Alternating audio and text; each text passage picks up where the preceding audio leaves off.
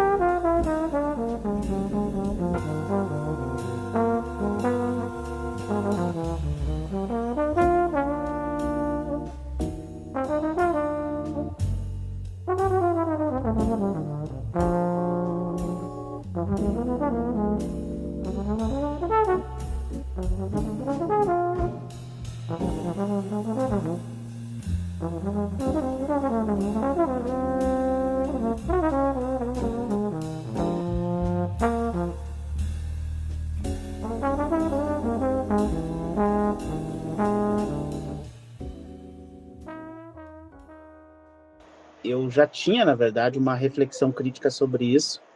Vou te confessar que no momento da morte tanto da minha mãe, eu acho que eu estava um pouco bem traumatizado, que eu acho que eu não cheguei a pensar demais nisso, mas eu pensava antes por uma circunstância de já há muito tempo, né, me envolver com a pesquisa étnico-racial, com a história da população negra, e a minha mãe, né, era registrada como branca, né, sendo que ela não era.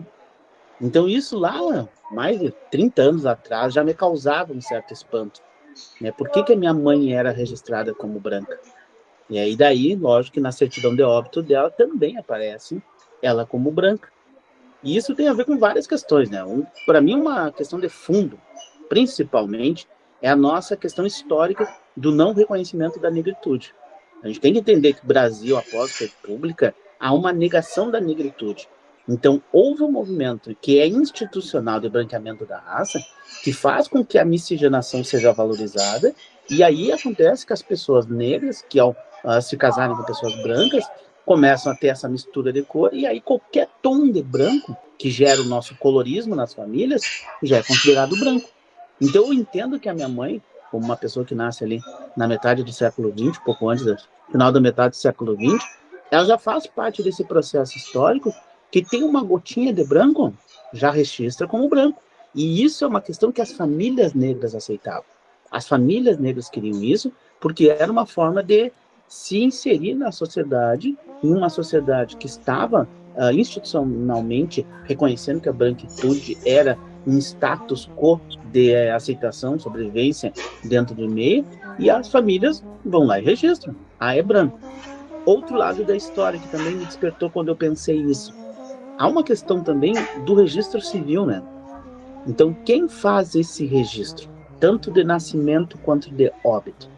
Essa pessoa, dentro do órgão público, dentro da instituição, e aí nós vamos cair na esfera do racismo institucional e do silenciamento do debate racial, as pessoas também, ao registrar, elas registravam tendencionalmente para pessoas brancas.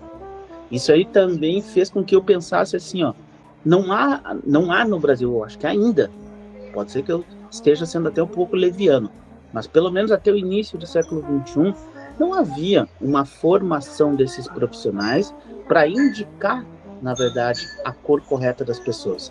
Havia, na verdade, um formalismo, né? Olhou, é meio clarinho, ponto, é branco.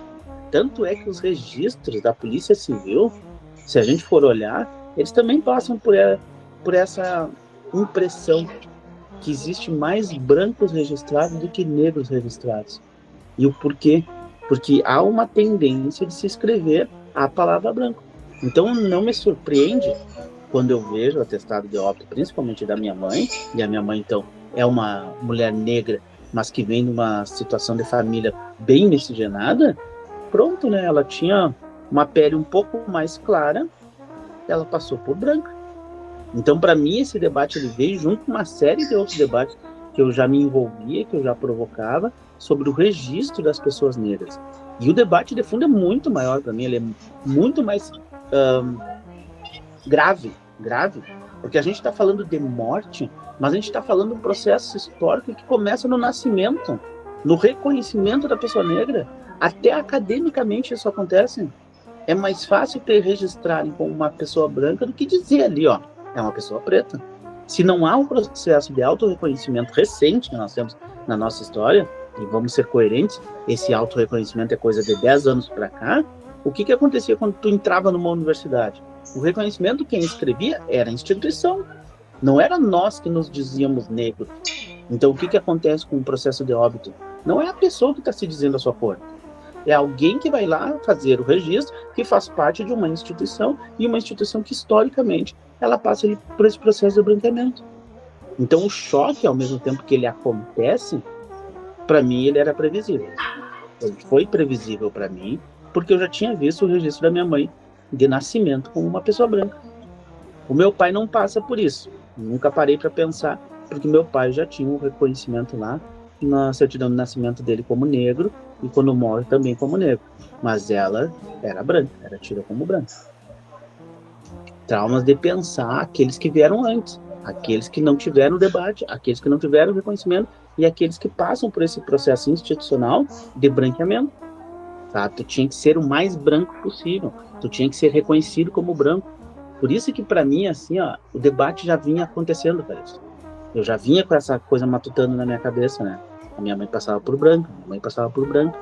E a instituição escolar, a instituição sociedade, a instituição Estado, ela vai te legitimando assim, porque é como se dissesse assim, ó, eu vou registrar como branco, que é melhor para aquela pessoa.